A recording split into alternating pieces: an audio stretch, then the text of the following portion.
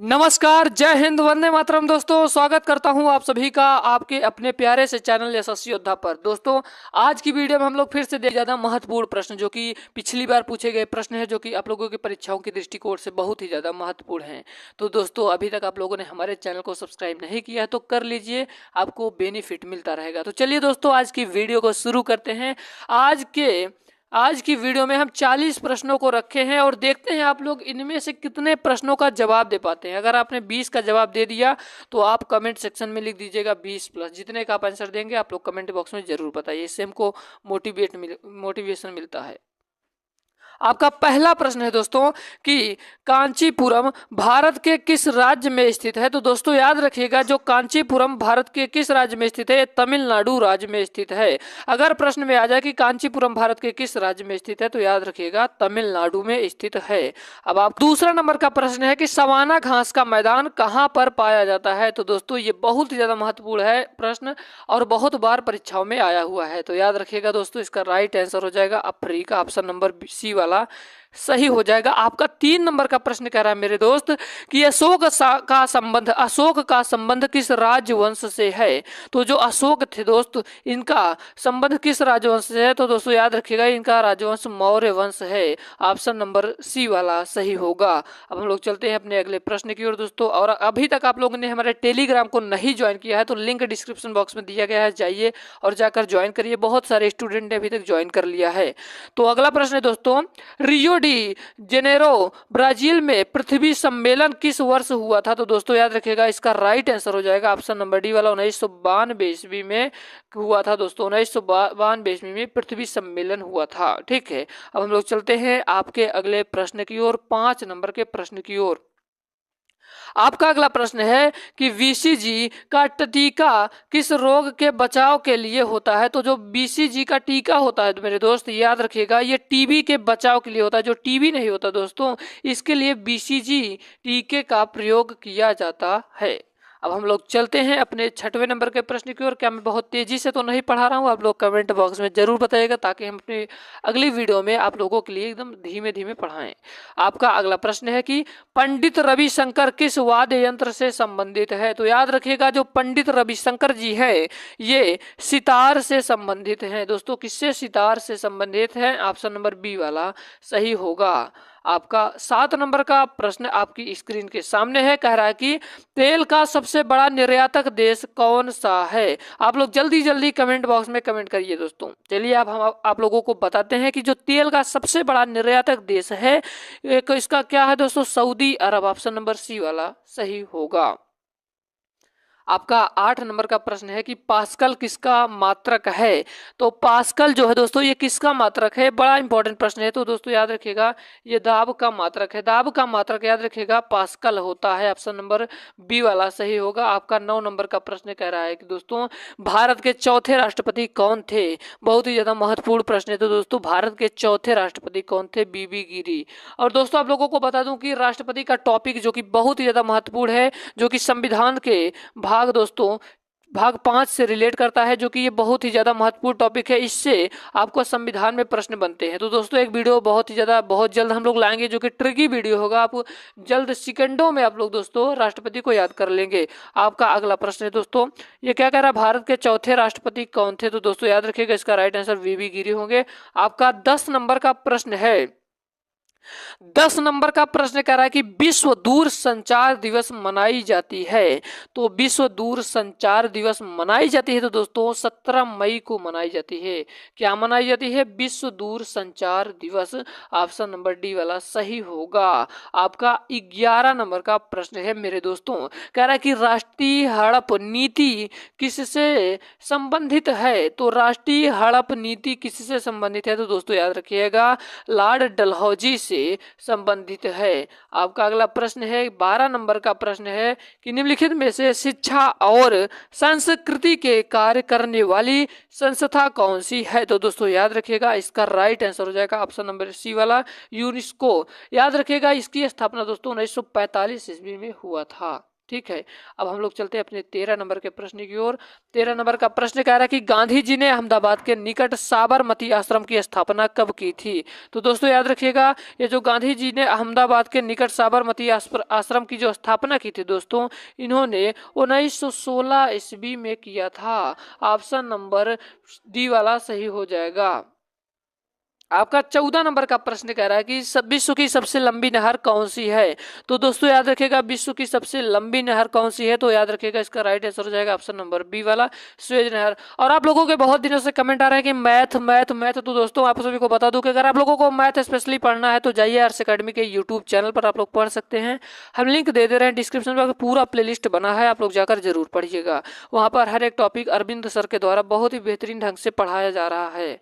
हम लोग चलते हैं अपने अगले प्रश्न की ओर। आपका अगला प्रश्न है 15 नंबर का प्रश्न है कि डीपीडी का टीका किस रोग के बचाव के लिए दिया जाता है? तो दोस्तों याद रखिएगा, इसका राइट आंसर हो जाएगा ऑप्शन नंबर सी वाला। कौन सा सी वाला? क्योंकि डिप्थीरिया और टिटनेस दोनों आता है, इसका मतलब राइट आंसर हो जाएगा ऑप्शन नंबर सी वाला। अब हम लोग चलते हैं अपने 16 नंबर के प्रश्न की ओर। आपका 16 नंबर का प्रश्न कह रहा है कि शिवाजी का राज्याभिषेक 16 जून सन 1674 ईस्वी को किसके द्वारा किया गया था? तो दोस्तों याद रखिएगा, ये किसके द्वारा किया गया था? तो गंगा भट्ट के द्वारा किया गया था। बहुत बार परीक्षाओं में आया हुआ प्रश्न है। आपका 17 नंबर का प्रश्न कह रहा है कि अशोक का उत्तराधिकार कौन बना? तो दोस्तों याद रखिएगा, अशोक का उत्तराधिकार कौन बना? तो याद रखिएगा, इसका राइट आंसर हो जाएगा कुणाल बना। ऑप्शन नंबर ए वाला सही होगा। अब हम लोग चल रहे हैं अपने अगले प्रश्न की ओर। दोस्तों आपका अगला प्रश्न है कि विश्व का प्रथम अंतरिक्ष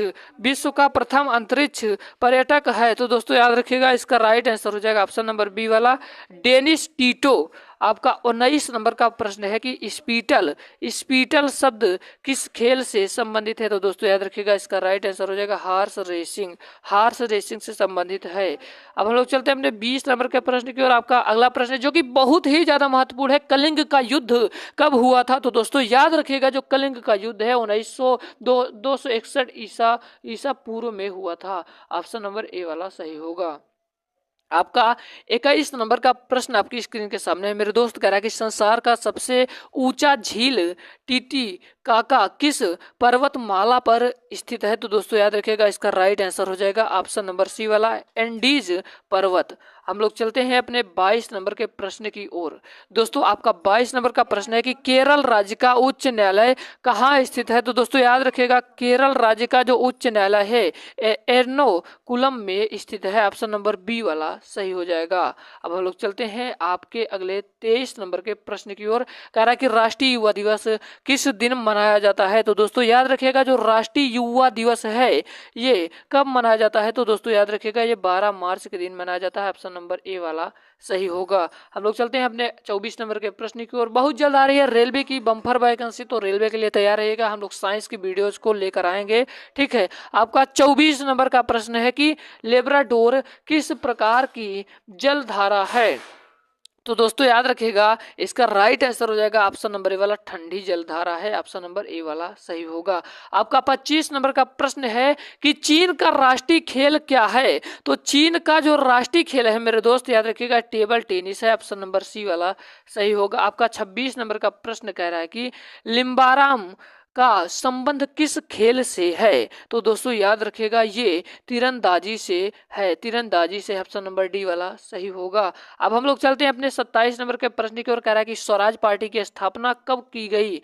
तो दोस्तों याद रखिएगा, स्वराज पार्टी की जो स्थापना है दोस्तों, ये 1922 ईस्वी में किया गया। ऑप्शन नंबर बी वाला सही होगा। आपका 28 नंबर का प्रश्न कह रहा है कि महात्मा गांधी को केसर ए हिंद की उपाधि किसने प्रदान किया? तो दोस्तों याद रखिएगा, इसको किसने प्रदान किया? केसर ए हिंद किसको? महात्मा गांधी को लॉर्ड रिपन ने प्रदान किया। ऑप्शन नंबर बी वाला सही होगा। तो दोस्तों याद रखिएगा, आज का 29 नंबर का प्रश्न है कि धूप चश्मा के लेंस किस कांच का प्रयोग की होता है? तो जो धूप चश्मा के लेंस किस कांच का प्रयोग होता है? तो दोस्तों याद रखिएगा, इसका राइट आंसर हो जाएगा क्रूकस कांच का प्रयोग होता है। ऑप्शन नंबर डी वाला सही होगा। हम लोग चलते हैं अपने 30 नंबर के प्रश्न की ओर कि संयुक्त राष्ट्र की स्थापना के समय इसके सदस्य देशों की संख्या कितनी थी? तो दोस्तों याद रखिएगा, इसका राइट आंसर हो जाएगा ऑप्शन नंबर बी वाला 51 थी। हम लोग चलते हैं अपने 31 नंबर के प्रश्न की ओर। कह रहा है कि ट्रेकोमा रोग मानव शरीर के किस अंग को प्रभावित करता है? तो दोस्तों याद रखिएगा, इसका राइट आंसर हो जाएगा ऑप्शन नंबर डी वाला, आंख को प्रभावित करता है ये रोग। ठीक है, आपका 32 नंबर का प्रश्न है, कह रहा है कि परिवार नियोजन कार्यक्रम कब से लागू हुआ है? तो परिवार नियोजन कार्यक्रम कब से लागू हुआ? तो दोस्तों याद रखिएगा, इसका राइट आंसर हो जाएगा 1952 ईस्वी से परिवार नियोजन कार्यक्रम लागू हुआ है। ऑप्शन नंबर सी वाला सही होगा। आपका 33 नंबर का प्रश्न आपकी स्क्रीन के सामने है, कह रहा है कि लॉर्ड डलहौजी ने हड़प नीति का प्रतिपादन कब किया था? तो दोस्तों याद रखिएगा, इसका राइट आंसर हो जाएगा ऑप्शन नंबर बी वाला 1856 ईस्वी में। हम लोग चलते हैं अपने 34 नंबर के प्रश्न की ओर। कह रहा है कि एलिस इन वंडरलैंड किसकी रचना है? तो दोस्तों याद रखिएगा, ये किसकी रचना है? कि लेविस कार्रोल की रचना है। ऑप्शन नंबर ए वाला सही होगा। आपका अगला प्रश्न है, आज का प्रश्न है कि पटना स्थित गोल घर का निर्माण किस वर्ष हुआ? तो दोस्तों याद रखिएगा, इसका राइट आंसर हो जाएगा ऑप्शन नंबर डी वाला, 1786 ईस्वी में हुआ। आपका अगला प्रश्न 36 नंबर का प्रश्न है कि विंबलडन ट्रॉफी का संबंध किस खेल से संबंधित है? तो दोस्तों याद रखिएगा, इसका राइट आंसर हो जाएगा टेनिस से संबंधित है, जो कि आप लोगों के परीक्षाओं के दृष्टिकोण से बहुत ही ज्यादा महत्वपूर्ण प्रश्न है। 37 नंबर का प्रश्न कह रहा है कि अमेरिका में चाय पार्टी के नायक कौन थे? तो दोस्तों याद रखिएगा, इसका राइट आंसर हो जाएगा सैमुअल एडम्स थे। हम लोग चलते हैं अपने 38 नंबर के प्रश्न की ओर। दोस्तों 40 ही प्रश्न करवाएंगे आज, लेकिन कल से आप लोगों को लिए 50-50 क्वेश्चन का प्रैक्टिस करवाएंगे। छोटी माता की रोग के लिए किसका टीका लगाया जाता है? तो दोस्तों याद रखिएगा, जो छोटी माता होती हैं, जो छोटे छोटे दाने हो जाते हैं, याद रखिए रेड रेड कलर के हो जाते हैं, पूरे शरीर में हो जाते हैं दोस्तों। तो जो छोटी माता की रोग के लिए किसका टीका लगाया जाता है? तो दोस्तों याद रखिएगा, किसका टीका? रूबेला वैक्सीन का प्रयोग किया जाता है। ऑप्शन नंबर डी वाला सही होगा। आपका 39 नंबर का प्रश्न है कि प्लिंट कांच का प्रयोग किस में किया जाता है? तो दोस्तों याद रखिएगा, इसका राइट आंसर हो जाएगा ऑप्शन नंबर वाला, कैमरा। हम लोग चलते हैं अपने 40 नंबर के प्रश्न को, जो कि आज का लास्ट प्रश्न है दोस्तों। कह रहा है कि ट्यूबलाइट बनाने में किस कांच का प्रयोग किया जाता है? तो दोस्तों याद रखिएगा, इसका राइट आंसर हो जाएगा ऑप्शन नंबर सी वाला, सोडा कांच का। उम्मीद करता हूं आज की वीडियो पसंद आए होगी। अगर आपको पसंद आए तो वीडियो को लाइक करना, चैनल पर ना तो जरूर सब्सक्राइब करना, और ऐसे इंटरेस्टिंग वीडियो के लिए हमारे यूट्यूब चैनल को जरूर सब्सक्राइब कर लेना। जय हिंद, वंदे मातरम।